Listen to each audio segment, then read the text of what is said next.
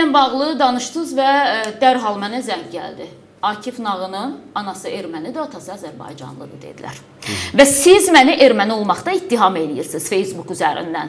Və deyirlər, Akif Nağıya bir kəlmə deyin ki, ailəsindəki ermənilərə baxsın, sonra səni ermənilikdə günahlandırsın. Kimdir ailənizdə erməni olan? Çox maraqlıdır. Yalandır, başda yalan.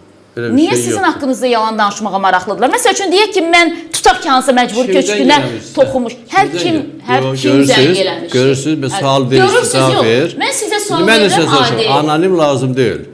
Çünki mən belə qəraətim ondan ibarətdir ki, siz o sualı özünüzdən uydurursunuz. Mənim nəslim, nəcabətim, Ağdamın Papirovka sizin paylaşımınızın altında yazıblar, gedin araşdırın, verin cavablarını. Kimsə nəsə yaza bilər orada, heç oxumuram, nəslin danışdığınızı oxumuram, orada baxmıram. Bilirsiniz niyə? Çünki siz o qədər məsuliyyət daşımayan birisiniz. Bizi saçı ağartmaqla insan həyatda mövqeyi olmur. Mən həqiqətən sizin saçınızın ağırlığına... Bir dəqiqə, Akif Nağı 1-ci Qarabağ Savaşında 4 və 5 qardaşı ilə aldığı məlumata görə Qarabağı tərk edənlərdən ilk olub və bugün burada oturub, Ağdam uğrunda döyüşməyən adam olmuşsunuz, burada oturub Ağdam haqqını çox-çox xahiş eləyirəm. Yəni, burada siz necə, artistliyə ehtiyac yoxdur. Artist olmaq gözəldir, mən bütün artistlərimizə hörmət eləyirəm. İndi qulaq asın, sizin danışığınızı incələyəcəm. Dünən gördünüz ki, çox özünə hörmət eləyən adamlar yazır. Yo, dayanmıram. Qoy fikirlərimi deyim, sonra deyəcəksiniz.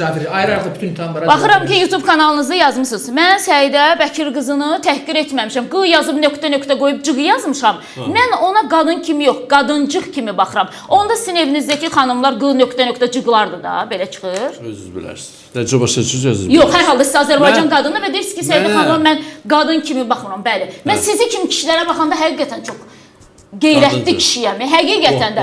Və bunu sübut eləyirəm sizə. Ki, Qarabağ uğrunda döyüşməyən birisinin oturub burada məcburi köçkünlərlə bağlı Səidə bunu dedi. Xətrimə dəydi danışmağa haqqı yoxdur. Ayıbdır, həqiqətən ayıbdır. Sizə onun aidiyyəti yoxdur. Həqiqətən ayıbdır.